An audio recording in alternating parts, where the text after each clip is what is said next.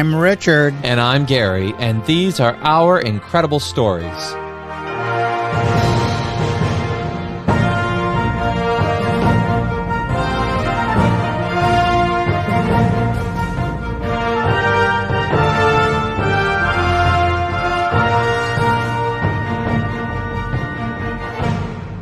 Hello and welcome back to all of our listeners around the world and across the United States. We're happy to have you here back with us for some more incredible stories. And be sure to put your headphones on tonight. And why is that, Gary? Oh, because we're going to be doing some 3D audio. Ooh. Yes, if you listen to our October stories from Alvin Schwartz, we decided to experiment a little bit with 3D audio. And guess what? We're going to do it again. So tonight. This is one of those episodes that if you have some headphones, go ahead and pop them on. And if you don't care about 3D audio, well, that's fine too. You could just enjoy the story. That's fine. But this is one of those extra things that just kind of sweetens up the whole deal and makes it even more fun. Also, if you are listening for the first time, we hope that you enjoy our show. We hope that you enjoy it so much that you'll take that mouse and move it on over. Move the arrow over. There you go. Just a little bit further. And click on that subscribe button. Oh, perfect. Now, guess what you've just treated yourself to? Every Friday, you're going to get a new episode with the two of us. That's right. We'll be cruising on through your Spotify, Apple, iTunes, whatever you get your podcast through. We'll be there for you, Podbean, and we're going to be sharing some incredible stories that'll iHeartRadio, make your ears tingle and just thrill you to death. So we hope that you enjoy the show, and we hope that you come back for more each and every time. And to our faithful listeners, we're just so happy to have you back with us. I mean, it's just like visiting with old friends. So it is. Sit really back, relax, grab yourself a drink. It's perfectly fine. And if you want to, there's some snacks in the fridge. Go ahead, help yourself. And we love having you here each and every Friday evening. We really look forward to this, don't we, Gary? That we do. All right. So our story tonight is an odd one, but nevertheless is an interesting one. All right, so a little spooky atmosphere, if you please. Oh, wait, okay, go ahead. Let me switch over here. We got to get the spooky music up. All right, I think I have it now. Oh, yeah, that's spooky, isn't it? All right. Go ahead. We're going to be talking about something very creepy. You want to tell us what it is? Our story tonight takes place in Windham, one of 169 New England towns chartered in Connecticut, which was one of America's 13 original colonies. Yes, it was. Now, in 1675, Joshua, the son of the Mohegan Indian chief Uncas, deeded a parcel of land to 16 English colonists for their helping the Mohegans defeat their arch enemies, the Pequot Indians. The Englishmen then created the town of Windham on that land, which is today Windham, Connecticut. Okay. Now, by the way, the Mohegans and the Pequots, I think I'm saying Pequots correctly, they still compete with each other today, Gary. Oh, really? Yeah, they operate rival casinos about 20 miles south of Windham. Oh, my gosh. Yeah. So those two rival tribes are still at it 300 years later. This time, it's the battle of the casinos. Bum, bum, bum. In any event, this was a time when settlers had much to fear from the Indians in general. I should probably call them Native Americans. This was 1675 New England, and all was not right with the world, Gary. English settlers were, listen to this, they were taking the Indian lands, they were killing them, they were enslaving them, they introduced smallpox and other diseases to these folks who had no immunity to them. And in 50 years, this plague decimated Native American populations by as much as 75%. 3 out of 4. Yeah. So obviously the growing rage started to crop up among the Indians. Can you blame them? No. And it broke forth in a countrywide attack. It was called King Philip's War, Gary, and it lasted only 2 years, but it was one of the bloodiest in American history, even though most people haven't even heard of it.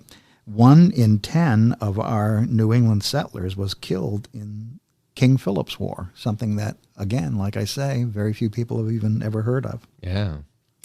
So in 1689, John Cates, one of the original settlers, along with his African indentured servant, Joe Ginn, built the first house in Windham. 1689. Can you imagine? You go to Windham, Connecticut today, and back in 1689, that's when the first house in that town was built. Oh, wow. That's going back a ways, isn't it? That it is. By the 1690s, nearly 20 years after Windham was settled by Cates and others, up in Lancaster, Massachusetts, not too far away from Windham, Connecticut, Peter Joslin returned home from work to find his 6-year-old son had been kidnapped and his wife and 3 other children had been killed in an Indian raid. This is in Massachusetts. Oh, wow. You don't ordinarily think of Indian raids and settlers being killed in Massachusetts, but it happened in the 1690s. Now, in 1695, again in neighboring Massachusetts, a widow who suffered nightmares of Indian attacks, can you blame her for having the nightmares? She was killed in a swift assault by a raiding party that killed 15 people. And her youngest daughter, Margaret's kidnapping, was actually recorded in the town's death records. And we still have those records that exist today, if you can believe that. Oh, wow. Yeah. So, but perhaps it's what occurred on February 22nd, 1698, in a place called Salem, Massachusetts, that caused the most nightmares in the town of Windham, Connecticut. Now, I'm willing to bet that folks who have been listening to our podcasts from the very beginning remember our 4-part series on Salem, Massachusetts. Oh, yes, the Salem witch trials. Yes, the absolute panic that occurred with them thinking the devil was loose in their community, and that witches were running around, and they had trials, and they had torture, interrogations, and people just went nuts. And so, listen, Salem, Massachusetts wasn't that far away from Windham, Connecticut, so you know what was happening up in Salem was known down in Windham, Connecticut. Of course it was. So John Cates, again, remember, he was Windham's first resident. He wasn't around at that time to be concerned. He had died the year before. However, shortly after his death, Gary, Indian raiders up in Salem, as if they didn't have enough to contend with the witches, Indian raiders slaughtered 20 cattle. They burned houses and barns. They torched the meeting house. And they even stole the Reverend's soft chair cushion. Oh, no. Not the cushion. Yeah, from anything but the cushion. From his seat in the meeting house before they burned the meeting house down. They stole his soft chair cushion before torching the place. And then they killed one of the former witch suspect, Rebecca Johnson's 18-year-old daughter. Now, those who listen to our witchcraft episodes remember Rebecca Johnson. Well, her 18-year-old daughter, Penelope, died in this Indian raid. Oh. And Dudley Bradstreet, one of the residents in Salem, his whole family were captured by the Indians. Oh, boy, no. So all of this is going on, and I imagine that if you were living down there in Windham close by, it made you a little bit nervous. Of course. Peace of mind might have been a little hard to find back in those times.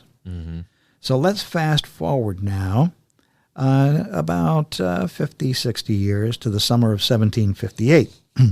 The country was in the middle of yet another war with the French and the Indians, and the folks in Windham tried their best to lead normal lives. But how do you lead a normal life in circumstances like I'm describing here? That's a good point.